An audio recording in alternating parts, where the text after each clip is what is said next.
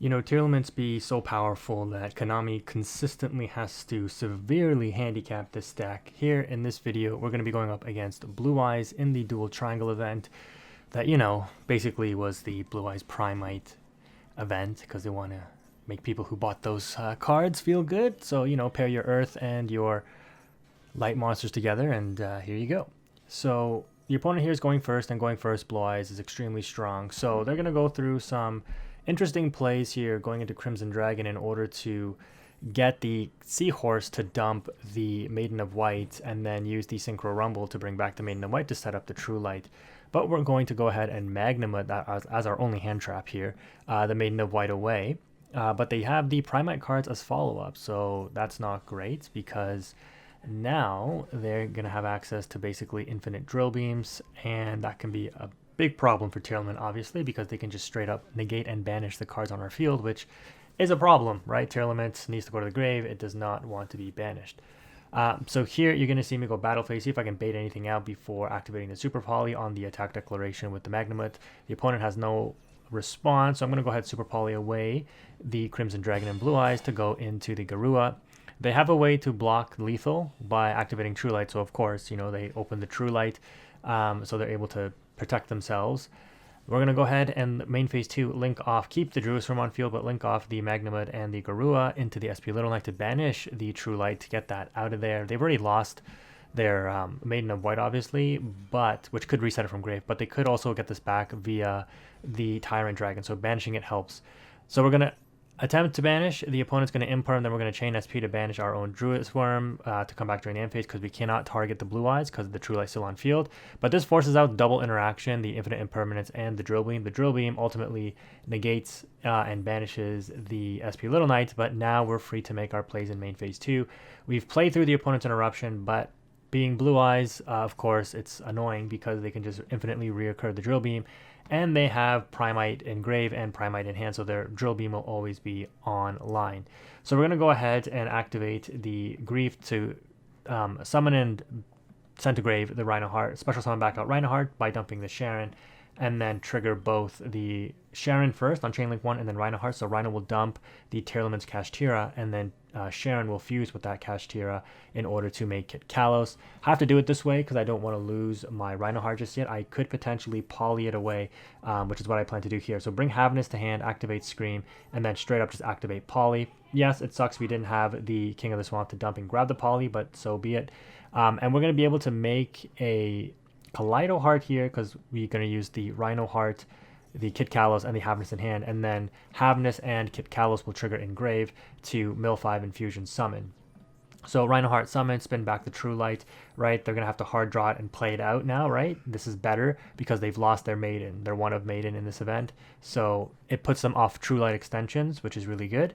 And then we're going to go ahead and use the Scream and the Kit Kalos on the final chain link so that we have more fodder to fuse with the Havness, but most likely we're going to be making a Rukalos anyway, so we're going to use the Kit Kalos, and sure enough we do, but we still want to mill, see what we can get. Unfortunately, we don't really get anything, but that's okay. We get Tearlament's Kashtira, which gets a Scream, which grabs us a Sullik, so now we've got our 2 traps. We are not playing Meta Noise here. Yeah, but we're in a bit of trouble. They're going to be able to grab back the Barrel and go normal summon Barrel. Now, I opt not to negate here because my thinking is if they go into Seals, I can negate the Seals before the end of their turn, then their Seals can't activate during my turn, right? But I do activate the Scream, and the Scream does mill Night Sword Serpent, which will be able to special summon itself. Doesn't really do anything, but I mill 2 Aquas, and that's relevant because it triggers the Kaleido Heart here. I would have triggered Kaleido anyways, most likely, off of like I said, the Sullik or something regardless, or the Rukalos Send. But yeah, we're going to go ahead and put back the set Drill Beam so they can't, or set Lordly Load, sorry, so that they cannot activate it and reset another Drill Beam or a Roar or something like that. I cannot believe this guy, he's a master player, by the way, for those of you, yeah, but he plays 3 Blue Eyes, and I'm like, dude, there's no way you play 3 Blue Eyes. And why this is relevant is because, everybody plays 2 Blue Eyes. If you play 3, now he has this play, which he could send and special summon the Blue Eyes White Dragon. And this is now a problem First of all, because he sent the third Blue Eyes, he's able to boost up this attack, so now it can beat over my Kaleido. So now I have to deal with this. So I'm going to have to Sulic, send the Druis Worm, and then Druis Worm take care of the Blue Eyes that's boosted. And the reason I have to do that is because, again, it can beat over my Kaleido Heart. But now they can send this anyways and make a special summon out another Blue Eyes and then still make a seal. I would have liked to keep the Rukalos for the Lordly Load to negate and destroy it. But unfortunately, I'm not going to be able to, because the Rukalos can now send the Kaleido, which will summon itself back and send the card. So because they have the Sage with Eyes of Blue, and I fear them playing the Jet Dragon, which can summon, attack, and then spin back my Kaleido anyway. So either way, like, I now have to live with the fact that they're going to summon off this Lordly Load. That's fine. I have to negate. I don't end up sending with the Kaleido, though, which is not great because it goes to grave. I don't end up destroying it. So they go, yeah, Lordly Load, link into Hieratic Seal. Now I have to deal with the Hieratic Seal and a Drill Beam. The Drill Beam will be dealt with the Crime. I cannot use the Crime on the Hieratic Seal because then the Drill Beam will just start banishing my stuff. I needed to draw a monster here, so I got a little lucky. I mean, I don't know if you call it luck. There's a pretty high chance I drew a monster anyways. Yeah, but we're just going to go straight battle phase. The opponent's going to trigger the Hieratic Seal. They have to spin back the Rukalos, otherwise I will just negate the summon. And sure enough, you can see it works out that... hold on, let me read Sage again. I played a lot of Blue Eyes, but Sage... Yeah, summon one Blue Eyes monster. It doesn't say you have to control a Blue Eyes White Dragon to summon this. So he could have just straight up summoned the Jet Dragon last turn off of the Sage Send and started bouncing my fusion. So I had to negate it. The send here is actually insane. Mainly not because of the Shadal Beast, but we get an Aqua in the Danger Nessie, so that triggers Kaleido. We were going to trigger it anyway, so it doesn't even matter. But we get, and the draw doesn't matter here either, but the Unchained matters a lot. This card is insane. You might even want to play more than one in this deck. But yeah, the only reason that triggering Kaleido here matters is because we're able to get the damage in, but it doesn't even matter. So yeah, they're going to attempt to banish the Kaleido here with the Drill Beam, and that's what I saved the Crime for. So now all I'm dealing with is this Lordly Load and the two Primites, because the one in grave will come back to hand. We send the King of the Swamp, which is actually good because it's fusion material in the graveyard. And now main phase 2, I'm going to be able to activate the Shayama, and this is why this card is so broken, because Kaleido Heart is a fiend. So I can pop the Kaleido Heart with my own Shayama and then Kaleido Heart trigger to summon itself back. Now I'm going to be able, I've already used a spin ability, but I'm going to be able to dump. So I dump Havness. Havness is going to fuse into, I made a mistake here.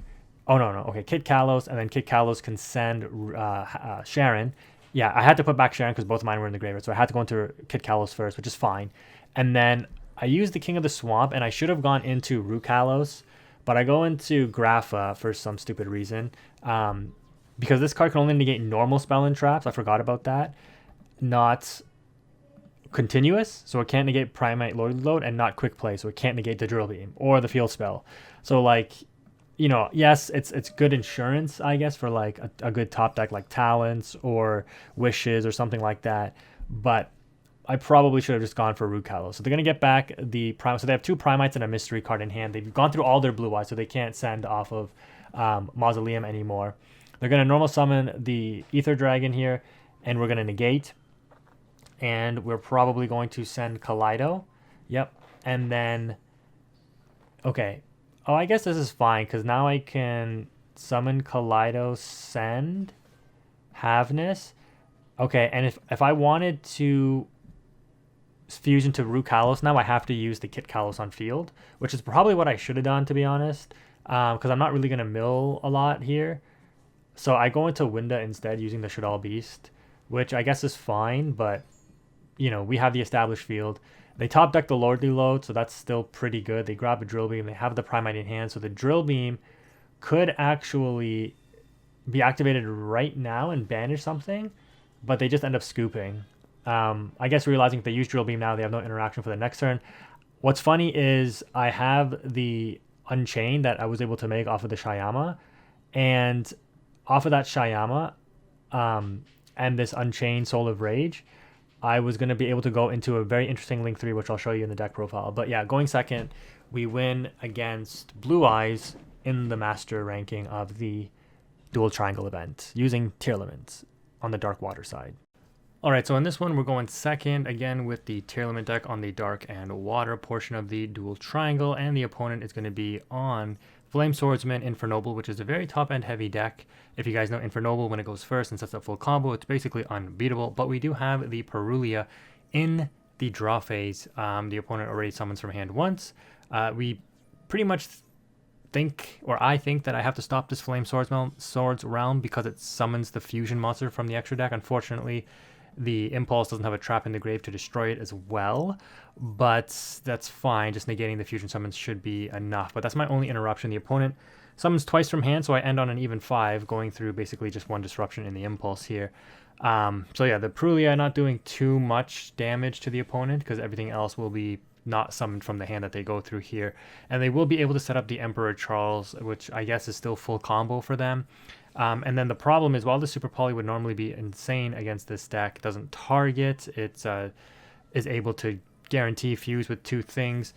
The Angelic Ring will negate, and you can see they just popped the ring here in order to make the Emperor Charles untargetable, but they're going to be able to re-equip it during the end phase. So we're going to be able to play around that with the Scream, thankfully. But yeah, very odd decision at the end to go into this Crimson Blader going first, but that's fine. They have the Angelica and the Infernoble or Emperor Charles. So we're going to start off Bait and Ash Blossom potentially with King of the Swamp. No Ash Blossom to be found. We grab the Poly here. Then we're going to activate the Scream to trigger the Angelica, and this is perfect bait because the continuous spell will stay while triggering the Angelica, which now means my Super Poly will resolve without being negated. Discard the Nessie, get rid of a ton of cards on the field by fusing away the Emperor Charles and the Angelica monster, the princess, and go into a Garua. Because we discarded the Nessie will trigger in order for us to search for a Mothman, our only other danger card in this deck. The opponents will dump a Mirage Swordsman, sure, off the Flame Swordsman going to grave. We're going to activate Mothman, unfortunately triggering it, discarding itself. Either one of these would have been better because then I would have still drawn a card and got the Mothman on field, but now I get to draw and discard. The silver lining is I do get the Unchained Soul in the grave, and this card is actually really insane in Tearlament. If you watch the first portion of the video with the Blue Eyes deck, Blue Eyes match, sorry, you know why. So we draw to Seamare, which is amazing here because now we're going to be able to dump the Havness, and hopefully the opponent didn't draw an Ash Blossom. But with the Havness, we're going to fuse in the Kikalos. The opponent activates their known trap. They search this Salamander with Train, which is going to be able to flip my Kikalos face down. But this is where the Polymerization comes in super clutch, because I don't need to trigger Tearlament's Kikalos in order to send, because I do have the Super Poly. So I end up searching for Grief, making a mistake. Because I'm like, I have Rhino here, so I can just summon back the Rhino. I don't need to Grief, and this way I get the extra body on board. So I end up pitching the Grief anyway. So I would have been better off searching for like a Scream or something, so I could have searched a trap card, but it's fine. We're going to end up dumping Sharon off of the Rhino Heart and then using the King of the Swamp, the Seamare, and the Sharon in order to go into Kaleido Heart. And the reason I want to do that is because I want to spin back this Salamander with Chain, because in the graveyard, if I destroy it, the opponent will be able to banish it to fuse. So I want to prevent that. Because I won't be able to bring out the Rukalos to negate the trap card fast enough here. But I don't have Guardian Chimera in the deck, so big mistake on my part for forgetting to put that in. Probably should have, put that in over this, but it's fine. We end up polymerizationing away the Rhino Heart and the face down Kikalos to go into Rukalos. And I read this card wrong. I thought that this card said that when a monster declares an attack, target one warrior monster you control until the end of this turn, it loses 1,000 attack. I thought it was my attacking monster loses 1,000, and then their monsters gain 1,000. So I was like, I have to be able to beat over this thing, and if my monsters lose 1,000 attack, right, only these two right now can beat over it, but they have the equip, where is it? This thing that will give 500 attack. So I won't be able to beat over it, right? The Crimson Blader with 3,300 attack. So I have to be very careful of what I do here.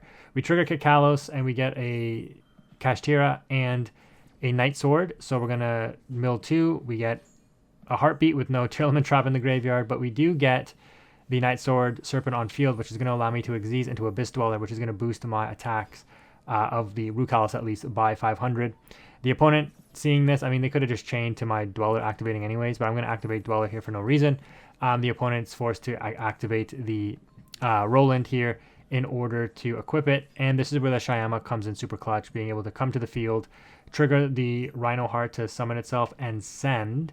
We're going to send a Scream to search for a crime. We're going to set the crime, activate the Unchained Soul of Shyama, which is a water, so it gets boosted by the Dweller.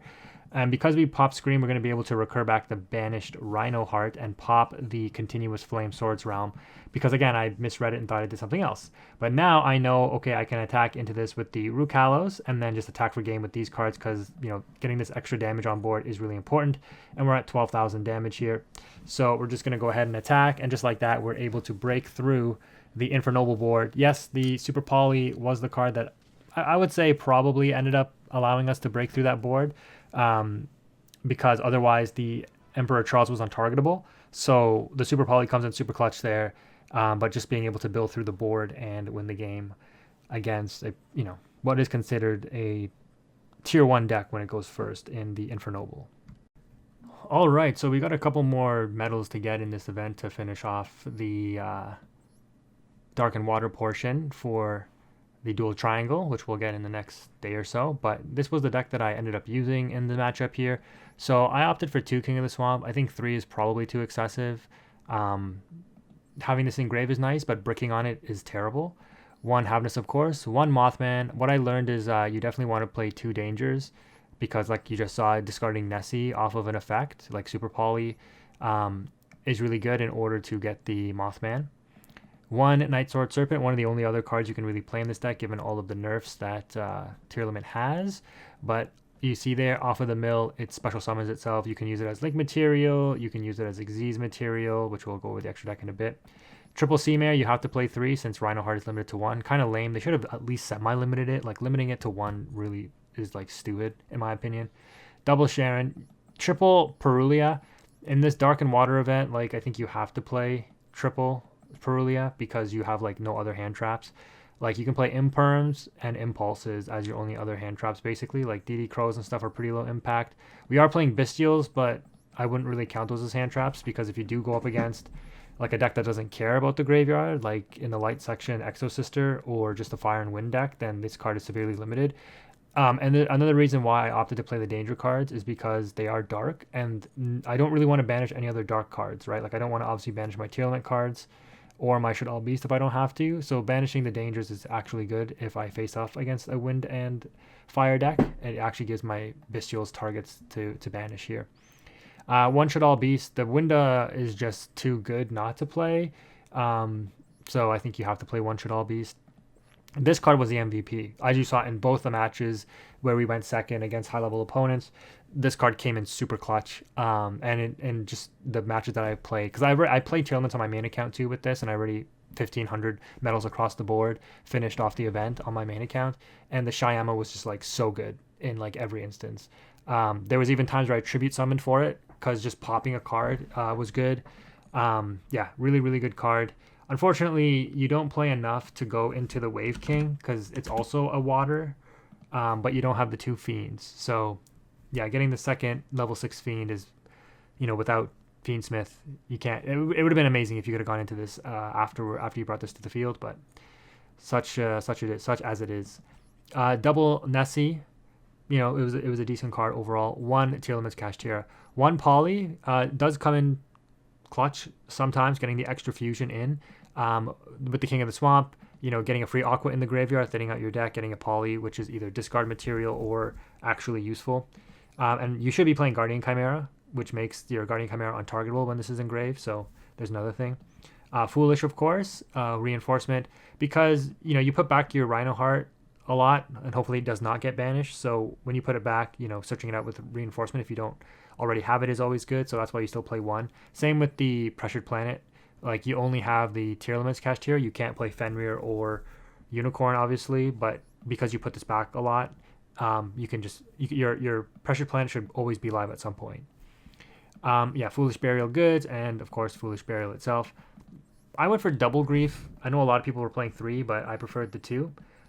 Triple Scream, the 1 of Super Poly, of course. I think, you know, no-brainer that you play this in, like, every dark deck for this event. It's just too good, right? Given the limitations of every other or the other 2 pairings. 1 Heartbeat, you know, you can opt to play this or not. I just want to be able to discard cards like discard Shyama, discard the Stradal B, so sending them, not discarding them, because discard would trigger like the dangers. It won't. Heartbeat will not trigger the dangers. Final Bringer, this card was actually pretty clutch in a few instances, popping critical cards, saving my Rhino Heart or Seamare from imperms, right? The opponent would, does not save it against Veiler, but when the opponent would like imperm a Kit Kalos, if they let that resolve, or get to the field and stop it from resolving, I should say, or trying to stop a Rhino Heart normal summon or a Seamare normal summon with an imperm, you can Final Bringer, destroy the Seamare or the Rhino Heart, which doesn't matter because you're going to fuse with it most likely anyway, so whether it's on field or engraved doesn't matter, and then pop the imperm, and obviously that doesn't matter either. So you basically trade the Final Bringer of the End Times for the opponent's imperm, and then you dodge the negate because your card's off the field. By the time the imperm resolves, your Rhino Heart or Collide or Seamare is not on the field to be negated by the imperm. So yeah, I did that a few times, came in clutch. 1 Tribute Karma, triple Impulse, 1 Crime, and 1 Solic. Surprisingly, this package works okay. Obviously you want to play imperm with the impulses, but it's just not a good mill, and you're hoping to break the board going second anyways. It's still surprisingly effective, this deck. You could opt to play more board breakers. There are a lot of people playing talents and stuff too, which is good, but not in this build. The extra deck, this should come out, obviously, for a Guardian Chimera. Don't know how I forgot that, but sure. But yeah, the Mud Dragon and the Garua for the Super Poly, Winda, TEARLAMENTS, Kit Kalos, Root Kalos, Guardian Chimera is what you should be playing. Kaleido Heart and Grapha, which, you can opt to play. It's, one of the easier fusions with King of the Swamp. I only played 2 Xyzes, an Abyss Dweller and Time Thief Redoer. Both were very good depending on the matchup. Abyss Dweller stops a lot of decks, which is nice. Unchained Soul of Rage, if you happen to get the Shyama on field, you can end on turn 1 Soul of Rage as well, which is a nice additional interruption. 1 IP, and then of course 1 SP Little Knight. And instead of double SP, which I think I have on this account, no, I only have 1 SP anyways, but this Sky Striker Ace Azalea is actually good because SP Little Knight needs 2 effect monsters, so like this thing linking with a Blue Eyes monster will not allow you to summon the SP Little Knight, but you can summon this Link 3. So you can use a normal monster on the opponent's end to go into this, and then you can like banish like a useless spell like a Grief or Final Bringer or whatever, and then actually have a disruption and taking like equipping a monster with 2500 or less attack. So not only does Soul of Rage out a monster on the field, but then the Sky Striker Ace will also equip a monster, right? Which is nice. So you have like double cards to go into off of IP and or Soul of Rage, right? So that was a pretty cool tech package that I was using. I did use this a couple times, but most of the time I was going into SP, obviously. But yeah, there are a few instances where I did use this, and it did its job. So that was the deck that we used. Yeah, beating out some of the save and return. Yep, beating out some of the more popular decks in the format there. Anyways, if you like this video, let me know in the comment section below. Thank you again for watching. Quantum is out.